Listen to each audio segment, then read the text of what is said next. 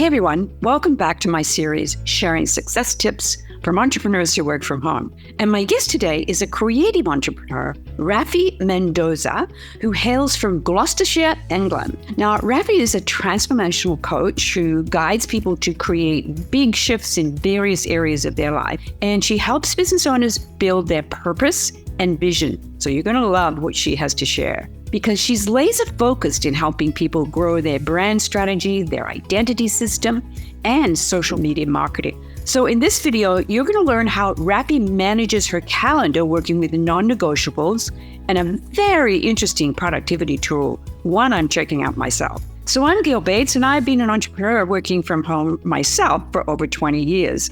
And I specialize in helping busy entrepreneurs navigate all the challenges of overwhelm and time management in running a successful business from home. Today, we work in a fast-paced business world. And I am just learning so much from these amazing entrepreneurs about productivity systems, time management, that are enormously helpful if you have a business and work from home. So I'd love you to subscribe to the channel and like this video. And of course, don't forget to hit the bell so you'd be notified when I upload more videos. Now, let's get our creative hats on to learn some great tips from Raphy Mendoza. Well, hello. Welcome, Raphy. We're going to learn some great tips from you about working from home. I'd love to kick off today's question for you. I know that time management is something that you really, really pay attention to in your life as an entrepreneur.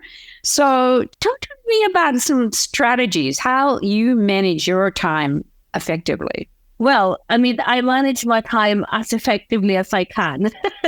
Let's underline that, because particularly entrepreneurs, creative business owners, or just, people who are excited to do their own thing. They're generally the kind of people who have way too many things going on, and they want to do all the things all at once, right? All the time, right? And so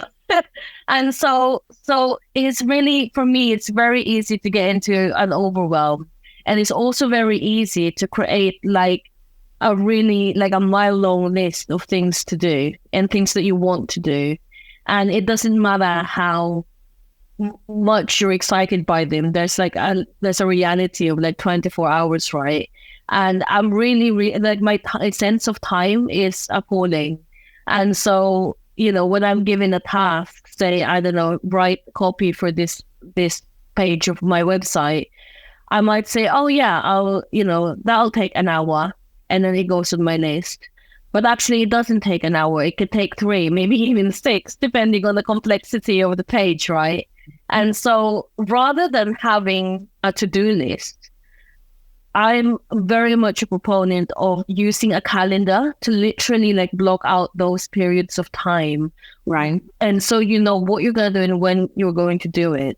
Right. And I think part of the advantage of that method as well is it actually teaches you to get to know how long certain tasks take. Yeah, I used to think that, making dinner takes an hour. It doesn't. It takes 25 minutes. And so, I can account for that task appropriately. And I might think that, creating the site architecture of a website will take me 3 hours. It doesn't. It takes 3 days.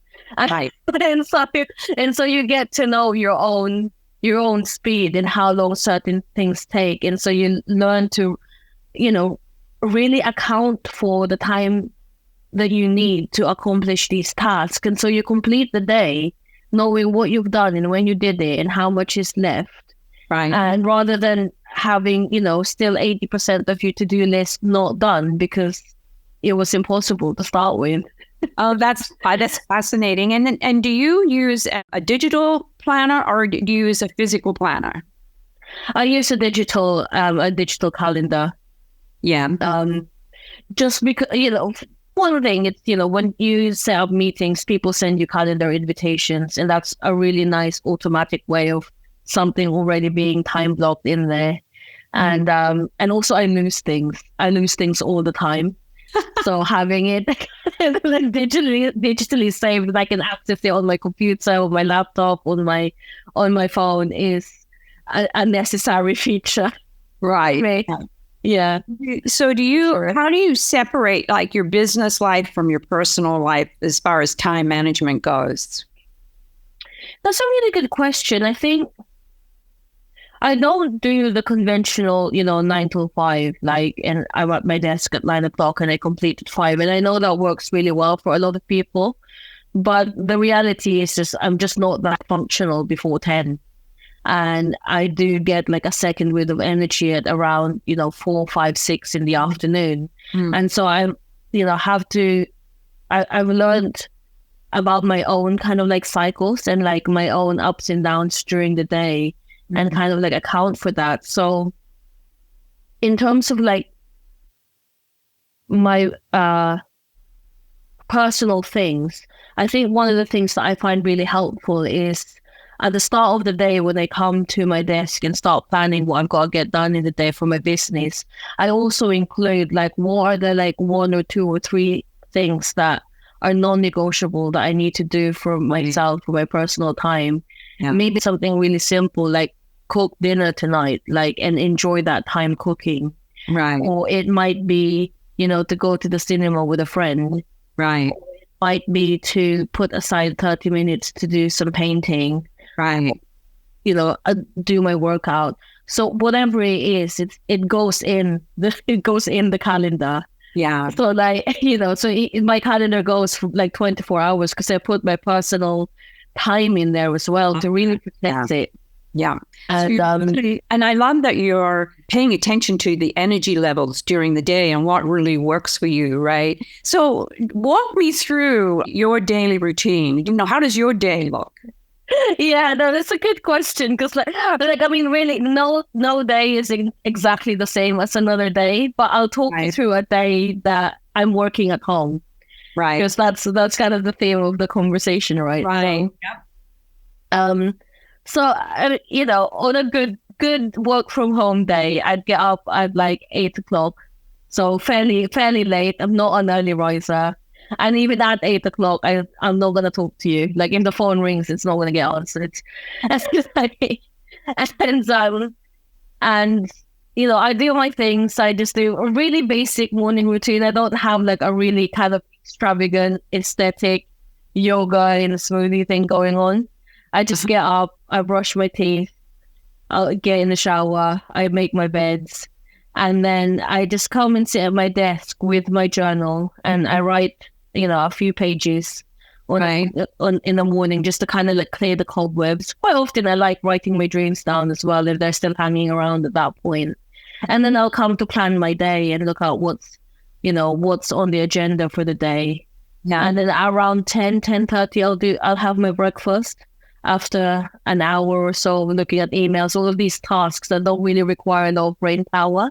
Right. And then I have like a good 11 a.m. to about 2 o'clock of like really deep focused work where my phone's on silent and I just get on with whatever I've got to get on with that day. I have lunch at 2 o'clock and then I kind of like bumble about in the afternoon between 3 and 4 answering emails, that kind of thing, because that's when my energy is also like really low, particularly after eating. Right. And around 4, 5, 6, I pick up again and I do another chunk of deep focused work. And I generally complete the day between 6 and 7.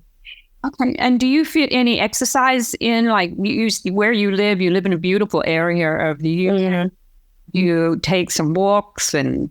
Yeah, I mean, in the summer, it's just glorious because you've got so much of the evening as well. So at this time, this time of year, I tend to have a lot of walks in the evening. I'll take the dog. Sometimes we go together with my partner, and it's a really kind of like leisurely thing that we do, and just enjoy being out in nature with the dog, which is I wouldn't call it necessarily like exercise, but it's spending time in nature is a really important piece for sure. That's really important. When you are an entrepreneur working from home, you have to find that outlet, right? But I notice that you have a beautiful office with some beautiful green plants in the background. So talk to me a little bit about your office space, okay? Yeah. how do you keep your office space? What are some tips that you could share with other entrepreneurs about how you've set up your office space really for productivity more than anything? Understood. I'm really lucky because, we live in a house with a lot of space. Yeah. And so I have this entire room just for my workspace.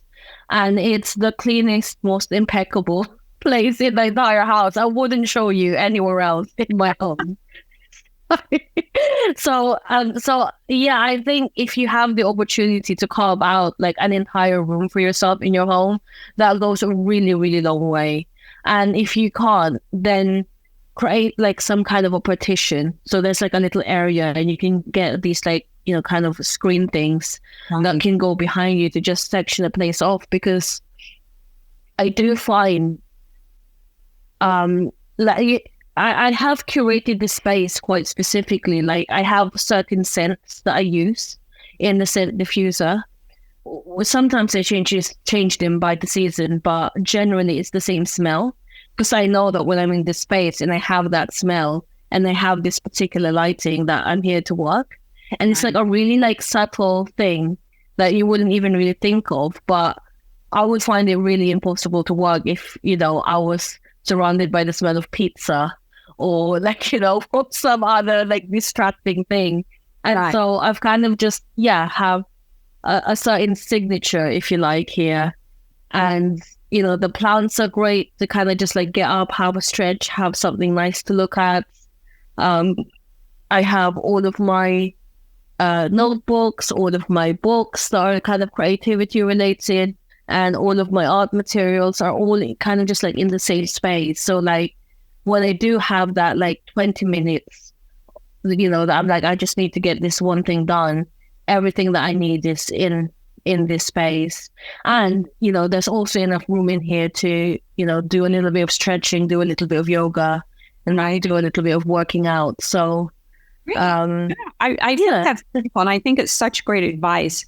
I love what you said, because a lot of people that I've talked to, some of people cannot have the opportunity to have a whole room, which you and I are very lucky to have, to partition it off, making it your space. I think that's great advice for entrepreneurs who work from home.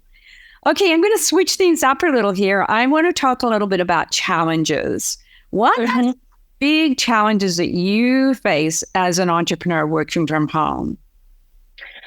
Yeah, I think definitely isolation, for sure. Because, I am somebody who I enjoy my own company, and I do love a little bit of solitude. And I was one of those people over lockdown that actually had a good time.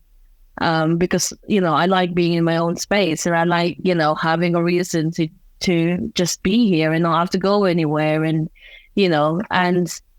but at the same time, I do also know that I can run out of steam pretty quickly on my own, because I find that I'm just using my own reserves. Like I'm just using my own well of energy, because there's not this kind of like exchange of energy and interaction and bouncing ideas off of each other and collaborating and, having someone to respond to, and all of those things that actually I think we need as human beings, even the introverted ones, which I would say I am. Yeah. But there definitely comes a point where that you can have too much of that, and then you're just kind of going through the motions on your own.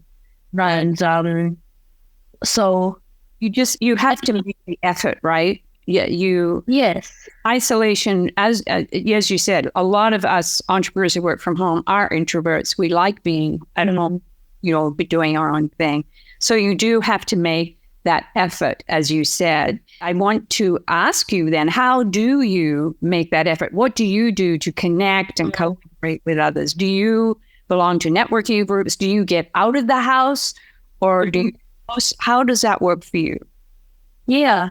So I do belong to several online communities of, they're either business owners or they're creatives. I'm an artist, so I paint.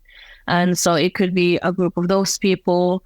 And there's also a really, really nice and really effective online Facebook group for women in my town.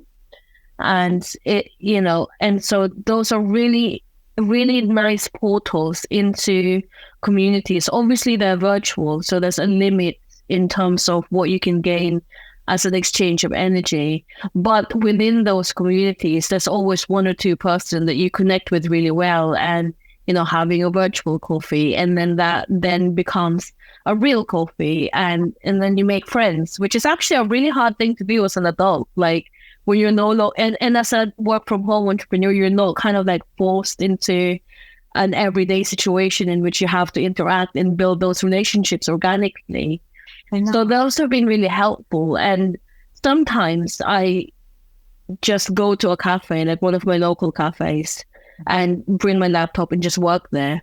Right. I don't talk to anybody. I've got my things on. But it's just kind of like being in the space where other people are like existing can be quite refreshing, and actually helps me to focus as well, a little bit of a change of scene. Well, I love that, because you are open to connecting. And I think that's really important as an entrepreneur working from home. We need to make those connections. Like, you live in the UK, I live in Hawaii, and we connected in a group online, right? Yes. That's how this occurred. Otherwise, we would never. Right? Yeah. And you do have to just take those opportunities. And on the flip side, yes, you do have to kind of like manage how much you're putting yourself out there as well. Like, how many calls you're having in a day, how long you're out, for me anyway, because I do have to recover my energy. Right. But it's always finding that balance of, having enough stimulus, but not so much that you don't know who you are anymore. Right.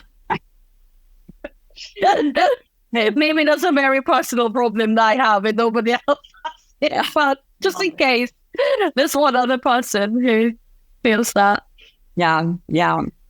So tell me a little bit about, I know we talked about your daily life and how you work from home with your business. Do you have any specific routines that help you stay? I'm talking about productivity here.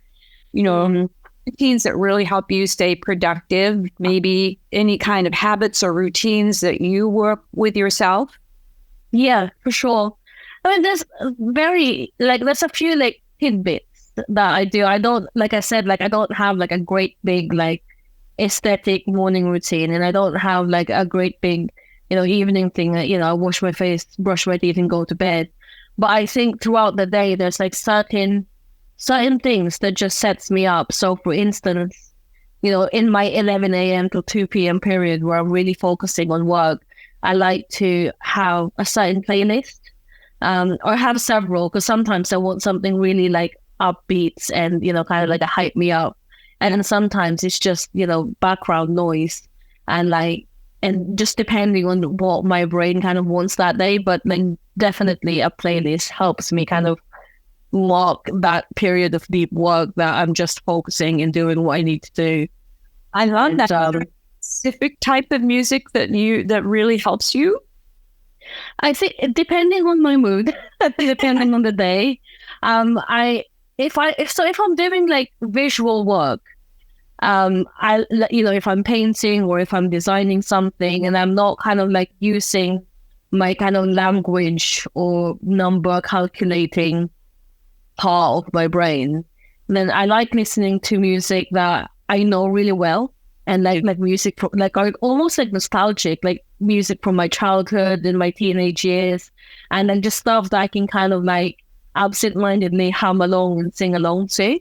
Right. And like if I'm doing like focused work, like if I'm writing or if I'm coding something or if I'm, learning something hard, then it's kind of like background, instrumental jazz is like one of the things that I like to have in the background. I love it. Yeah. And I think music helps a lot of people, especially people who are creative. And if you're writing, it's something that really helps you just flow through the day, right?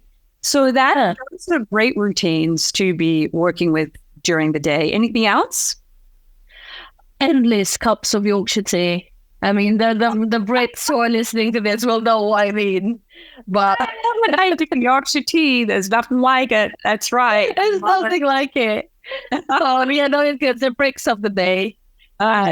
Great. It's a good reset routine. It takes no time, and it just resets everything. Yeah. Well, even though you're creative, I know that you are definitely an online technology girl. Would you like to share with us today any tools or apps that help you improve your productivity working from home? There's one particular app. In general, I would say keep it simple, right? If you're going to use time blocking, just use the whatever calendar is available on your computer. Mine's just the iCal, like nothing fancy. I tried to use this motion AI thing, but it just wasn't for me. It was too complicated. So I think in general, whatever you do, keep it simple. But there is one tool that I use daily, and it's a note-taking app called Obsidian. Okay. And it's free to download. Yeah. And it is simply a note-taking app, but it has certain features that makes it really easy to link ideas together. And if you're like me, like you have like a cup of tea in the morning and there's like a million ideas all at once. Yeah. And when you're on the go, so it allows you to just open up a note, write the title of whatever it is that you're doing. So say, I don't know, 30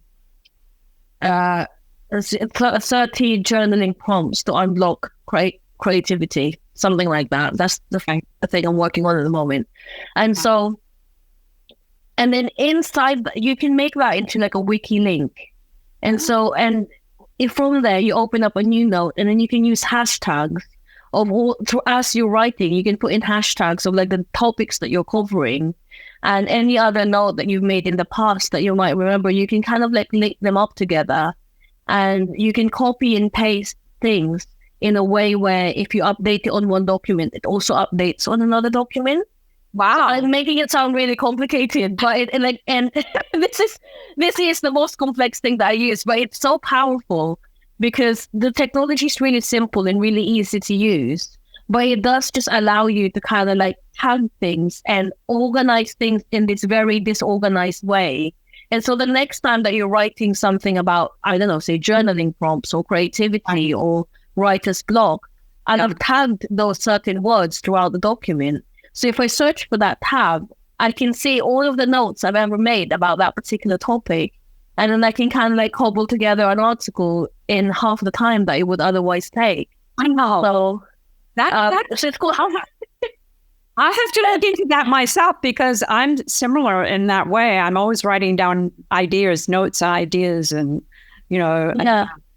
chalk them into my phone, all this kind of stuff.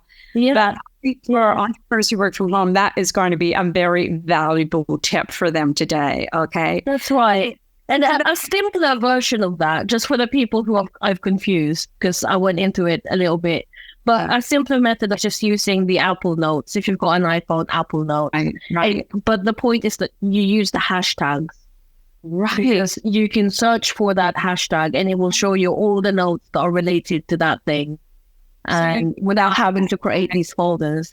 So you use that whenever you type or put that word in, you use the hashtag, and that's the hashtag that you keep going back to. Is that correct?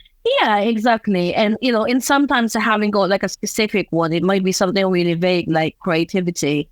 Right. And I can just look for that. And even sometimes really vague, like often I might, just come across like a quote that I really like. Right. So I might take a picture of it.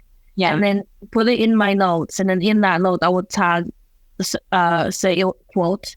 So if at some point in the future, I'm just thinking I need a quote of any kind, then I can just search quote. And the quote also happened to be about productivity and leadership. Yeah. Then I would put productivity and leadership. So at some point in the future, if I'm writing an article about leadership, right, look for that. And then it will give me things. I think my viewers that are watching today are really going to enjoy learning about this little hack. Okay. Yeah. Okay, so let's switch up things up here again. I want to talk about distractions. What are your most common distractions that you encounter, and how do you minimize or eliminate them, actually? One of my main distractions is my dog. And like every time that's like the postman comes or there's a delivery, it's just like hell breaks loose. And I mean, the elimination is pretty simple. Let him do what he wants. Don't answer the door and just put your noise cancelling headphones in for a few minutes. Like, it's a mild distraction and you kind of just, you just ignore it aggressively. Yeah. That's my method for it. And then the other one, which was a really big problem for me at a time, is the phone ringing. Whether it's a friend calling or a colleague or someone asking for, but I think over time I just developed like a really kind of like hard, rigid, almost unhelpful rule where I don't take unscheduled calls. Right. So if you want a call, you schedule it the day before in my calendar, and I can accommodate it in my day. Yeah. But also to incorporate some flexibility. There are windows in the day when I'm taking a break or during lunch, first thing in the morning, end of the day, where I do check my messages. Right. And then I can respond to any missed calls, mostly asking them to schedule one or to email me about what it is that they want me for. So you're basically setting yourself a boundary. Yeah, I like that. And that eliminates the distraction, especially if you want to focus in on getting work done. That's right. Yeah. And it also sets me up to actually be useful on the call. Yeah, because, if I know what it is that they need from me, then I can prepare. I can send him some things beforehand. Right. I think it's just better for everybody all around. Yeah. So, yeah. Let's move to professional development. How do you continue to invest in your professional development and just fit it into your busy life? Because, as you said, there's always enough to do, too much to do. Yeah. For sure, this is... Or any sources you recommend yourself? Yeah. So I can wholeheartedly recommend an organization based in London called Concord Institute. Mm-hmm. And I mean, that organization's been around since like 1976 or something like that in various incarnations. And the primary mandate of the organization is health and well-being, but in a really holistic way where it's health and well-being in the way that you'd expect about, kind of like eating well and certain body work, and even kind of the more modern understanding of holistic well-being, where we're now thinking about, like the body and how we eat and how we think is all in our emotional well-being and the benefits of things like yoga and meditation. All of that is kind of like part of the package. But I think fundamentally, the organization focuses on self-inquiry as part of health and well-being, and how we move and exist in the world, and how we think and speak, and how we use language, and the very fundamentals of who we think we are, really being such a key integral part of the life that we create for ourselves, and therefore fundamentally our health and well-being.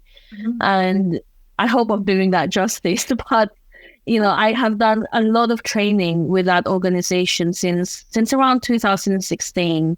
Yeah. And I would say 80-90% of the foundations of what I do, particularly as a coach, has been because of the work that I've done for Concord and with Concord. And I think what I really like about the format of what they do is it's a lot of it in person, which is very rare nowadays.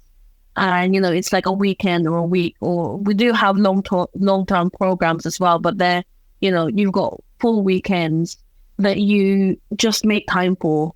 Mm-hmm. You just block it out in your calendar, mm-hmm. and then you go. And then you come back and you integrate whatever there is. And so there's not this like trying to fit it in. You schedule it and then you go. Right. And there's a certain intentionality that it brings up. So that's certainly one of the resources that I would advocate. Now, is that something you do online, or do you actually physically go to this? A lot of it is physical. There are some aspects, they do some cooking classes online and that kind of thing, but the majority of the work gets done in person, which I really appreciate. And it's very, rare nowadays. So do you feel that, and which just brings me into that work-life balance, and the self-care, maintaining that healthy work-life balance or harmony, especially because, we are entrepreneurs living at home a lot. Well, we live at home, we work alone, we like to work alone, and we have to make sure we don't do too much work. Everything's more or less in balance. How do you manage that?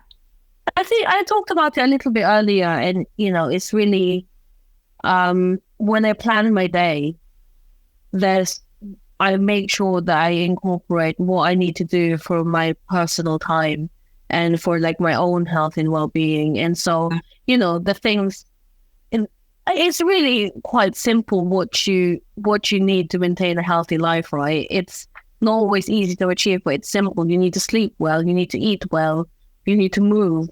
Yeah. You need to, practice being quiet in silence, and you need to practice your creativity, and you need to spend time in nature. Yeah. And so it's just like all of these things that are simple to incorporate. And actually, if you can do most of those things most of the time, like you're fine. Like it doesn't have to be complicated. And so just make sure. That is probably such great advice for entrepreneurs who work at home. And I think keeping it simple, and not spending too much time sitting, not spending too much time just concentrating, making sure you balance it out during the day. For sure. And, and I think, again, we're coming back to intentionality, right? So if you plan it in the morning, if you say, like at this time, in my calendar, it says I'm going out for a walk, then that means I'm going out for a walk. I have this saying, you must schedule everything. Schedule everything. What gets scheduled gets done is what most of my And on that as well, I do give myself like a 10% grace. Like if I look up my month and I see, okay, like I did what I said I was going to do 90% of the time, like that's good. Yeah. Like, and because otherwise you can also fall into the trap of like, oh, well, that didn't work because that one thing that I scheduled didn't get done because this thing showed up. And it's like, well, come on, you're human as well, right? Exactly. I love that. Yeah, you can't beat yourself up over that. Yeah. Well, it's just been so great to talk to you today, Raphy. Can you share with us, where people can connect with you, maybe the services that you offer today as well? Sure. So, okay, let me start properly because it's like suddenly I'm just going like, oh, all the things. So let me kind of ground myself and speak properly. So I recently founded Co-Create Space, which is a new business that I'm venturing into, which is really designed for creatives. So by that, I mean artists, poets, writers, musicians, performers, composers. They're the people who are like creating the arts. And it's designed for them to have the resources and the support that they need to turn their vision into reality. And more than just turning their vision into reality, it also gives them the confidence to put their work out in the world in a very unapologetic way, and really start being seen and loved for their art. And, I think we're in a society or an age where we don't really quite explicitly value the arts in the same way that we might value the sciences, the kind of like important, productive stuff. But creativity is so inherent to who we are as human beings. And it's through the arts and it's through these creative practices that we connect with each other at a fundamentally human level, a deep human level. And, there's this great quote by C.S. Lewis that goes something like, if it goes, no, but we don't need art and poetry to survive. It's not necessary for survival, but rather these are the things that we survive for. And so I'm really passionate about creating that space for creatives and, giving them the tools and the resources that I've learned having run a design agency over the last 10 years and bringing that into a different space. And so through Co-Create, we have a community membership, and the waitlist for that is now open. There'll be some links at the bottom. Okay, well, that for sure. Mm-hmm. And I also offer one-to-one coaching programs for people as well who are a little bit more intentional. Not that, the membership isn't for people who aren't intentional, but the one-to-one coaching is something where you really want to bring a specific project where you're saying, this is big and this is going to happen by the end of these 12 weeks. And I need partnership to make it so. I love and that. then we make it so. And then you have a free lead magnet for that for people? Yes. So I have a free let me start again. I have a free 30-day program that you can sign up for. And it's an email-based program called Clearing Your Creative Block in 30 days. And you'll get a series of emails over the course of 30 days with individual journaling prompts to help you kind of work through on your own what it is that appears to be in the way of you getting into your creative flow. I love that. That's wonderful. Well, Raphy, it's just been so delightful. I love all of the tips that you shared with us today. And we will definitely have to be talking more with our Yorkshire tea over tea time together as well. Okay? Yes. Yeah. It's great to speak to you today, Gail. Thank you. Lovely to talk to you. Don't you love how Raphy works around her energy levels and is extremely intentional with her time? I was impressed how she handles distractions. And are you ready to try that app called Obsidiam? I'm really going to check it out. If you were to find one tip today that resonated with you, then I want you to comment below, because I'd really love to hear from you and hear about if you're enjoying this series. Now, don't forget to subscribe and stay tuned for more tips in my next interview featuring success tips from entrepreneurs who work from home. I'll see you on the next video.